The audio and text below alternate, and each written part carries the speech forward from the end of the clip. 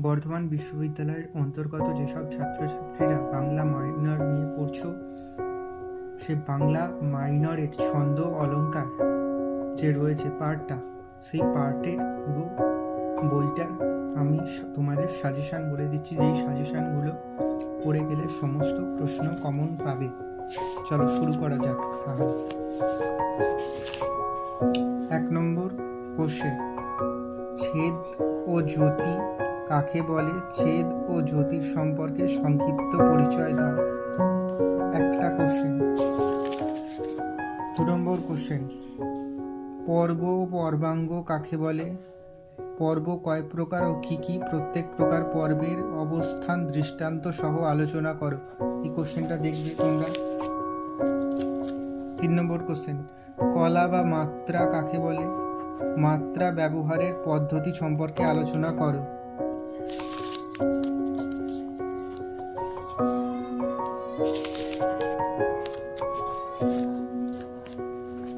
এই কোশ্চেনটা দেখে যাবে, মিল বলতে কি বোঝো? মিল কয় প্রকার? প্রত্যেক প্রকার মিলের দৃষ্টান্ত উল্লেখ করো।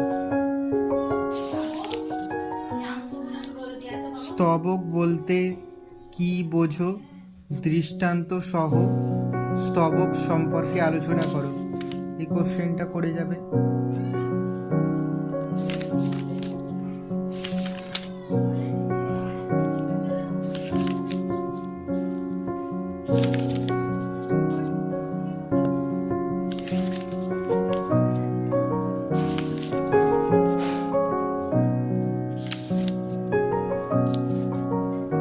এই কোশ্চেনটা দেখে যাবে, অমিত্রাক্ষর ছন্দ কাকে বলে? এই ছন্দের বৈশিষ্ট্য দৃষ্টান্ত সহ আলোচনা করো। মুক্তক বা মুক্ত বন্ধ কাকে বলে? এই ছন্দের বৈশিষ্ট্য আলোচনা করো। এই কোশ্চেনটা দেখে যাবে, এই কোশ্চেনটা ইম্পর্টেন্ট।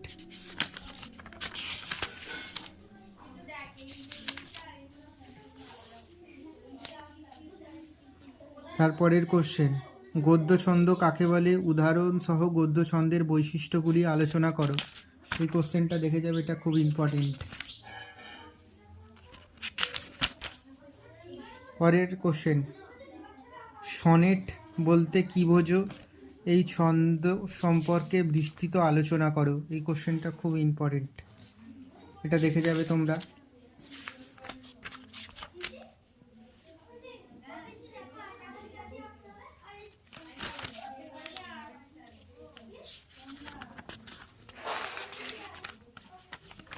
এইগুলো তোমাদের 2 নম্বরের সমস্ত কোশ্চেনই দেখে যেতে হবে। ছন্দ কাকে বলে? ধ্বনি কাকে বলে? দল কাকে বলে? কলা কাকে বলে? মাত্রা কাকে বলে? মাত্রা কয় প্রকার ও কি কি? দলবৃত্ত ছন্দ কাকে বলে? শ্বাসঘাত প্রধান ছন্দ নামকরণটি কে করেন? কলাবৃত্ত ছন্দ কাকে বলে? মাত্রাবৃত্ত নামকরণটি কার? এগুলো সমস্ত কোশ্চেনটাই ইম্পর্টেন্ট।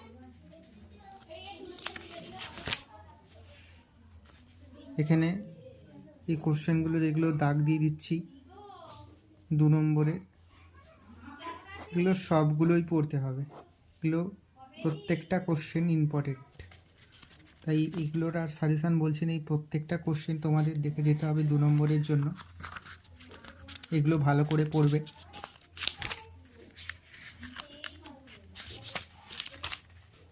এবার আসা যাক অলঙ্কার পাঠে।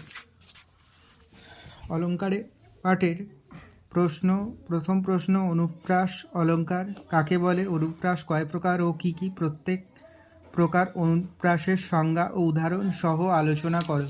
এই কোশ্চেনটা দেখে যাবে। তারপরে,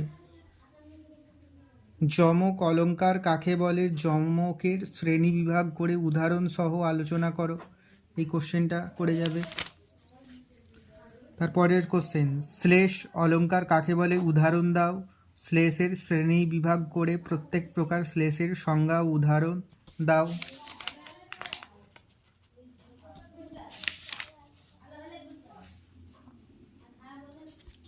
এই কোশ্চেনটা, বক্রোক্তি অলঙ্কার কাকে বলে? বক্রোক্তি অলঙ্কারের শ্রেণী বিভাগ করে সংজ্ঞা উদাহরণ দিয়ে বুঝিয়ে দাও। তারপরের কোশ্চেন, উপমা অলঙ্কারের সংজ্ঞা দাও। উপমা অলঙ্কারের শ্রেণী বিভাগ করে প্রত্যেক প্রকার অলঙ্কারের সংজ্ঞা ও উদাহরণ দাও। এটা দেখে যাবে।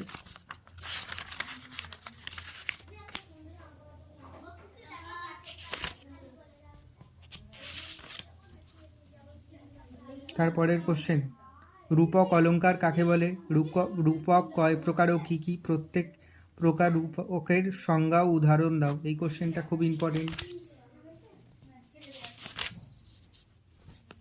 তারপরের কোশ্চেন, উৎপ্রেক্ষা অলঙ্কার কাকে বলে?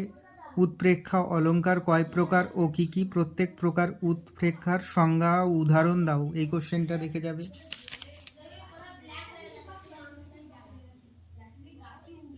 অপোন্নতি অলঙ্কারের সংজ্ঞা দাও, উদাহরণ সহযোগে এই অলঙ্কারটি বুঝিয়ে দাও। এই কোশ্চেনটা ইম্পর্টেন্ট, এই কোশ্চেনটা দেখে যাবে। নিশ্চিহ্ন অলঙ্কার কাকে বলে? নিশ্চিহ্ন অলঙ্কারের উদাহরণ দিয়ে বুঝিয়ে দাও। এই কোশ্চেনটা। ব্যতিরেক অলঙ্কার কাকে বলে? ব্যতিরেক অলঙ্কারের শ্রেণীবিভাগ করে বুঝিয়ে দাও। এই কোশ্চেনটা ইম্পর্টেন্ট। ভ্রান্তিমান অলঙ্কার কাকে বলে? এই অলঙ্কারটি উদাহরণ সহ বুঝিয়ে দাও। এই কোশ্চেনটা ইম্পর্টেন্ট।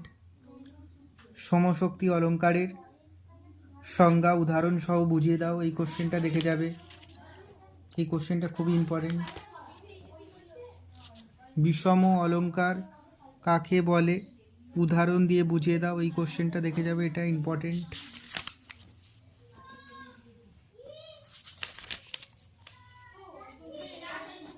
2 নম্বরের এই অলঙ্কারের প্রশ্নগুলো দেখে নাও। এগুলো সমস্ত প্রশ্নগুলোই তোমাদের দেখে যেতে হবে।